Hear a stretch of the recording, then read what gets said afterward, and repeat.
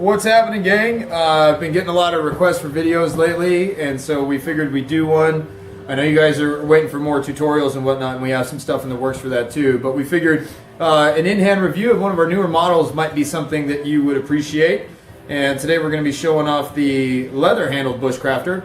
This one is on loan to us from one of our customers who was nice enough to let us steal it for a couple days so we could film this video, the short video. So it does have a little bit of wear against it. When you get it, it'll be showroom new. In this case, we're really glad to see it come back, look as good as it does after being carried pretty frequently by this guy. So he seems really pleased with it. Anyways, let's get down to the sheath. Unlike our normal vertical sheaths, we decided to do a more traditional dangler style.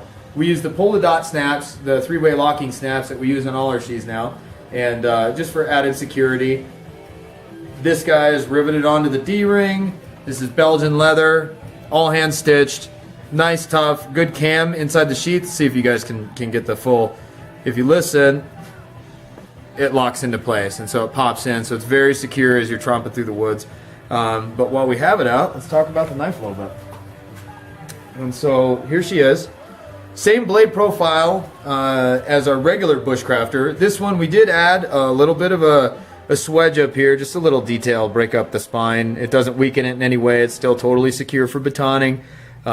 It just gave it a pretty shit hot look. I like the way it looked. And then here we added jimping for the customer at the customer's request. Obviously, that's up to you guys. If you like jimping, some people love it, some people hate it. I'm impartial when it comes to it. I like the way it is, but I don't mind. I don't miss it if it's not there. Brass pinned and soldered guard, stacked leather washers.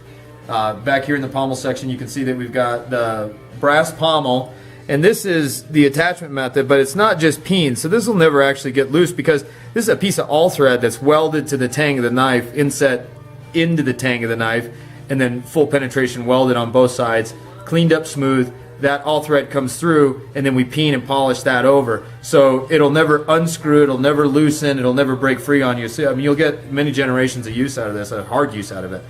Another thing that's unique to this particular knife that I'm holding in my hand, not specifically the model, is that we did a semi-convex grind on there. So there's no micro bevel or secondary bevel to speak of on this particular knife. We were just playing around with different grind variations and edge variations.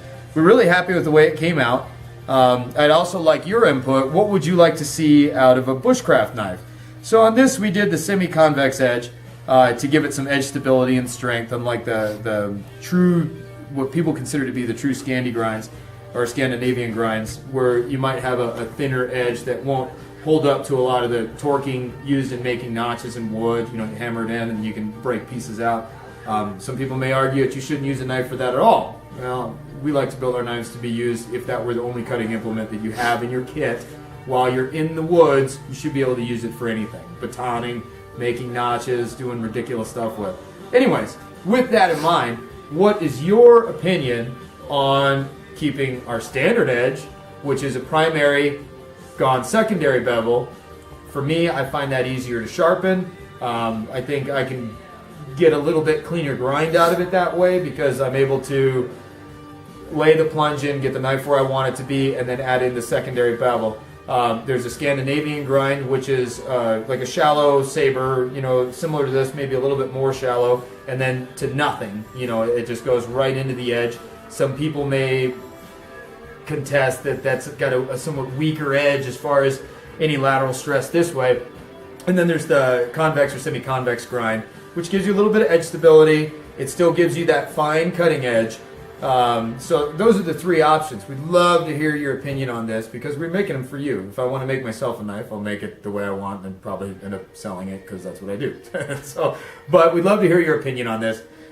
This guy is made out of ATS 34.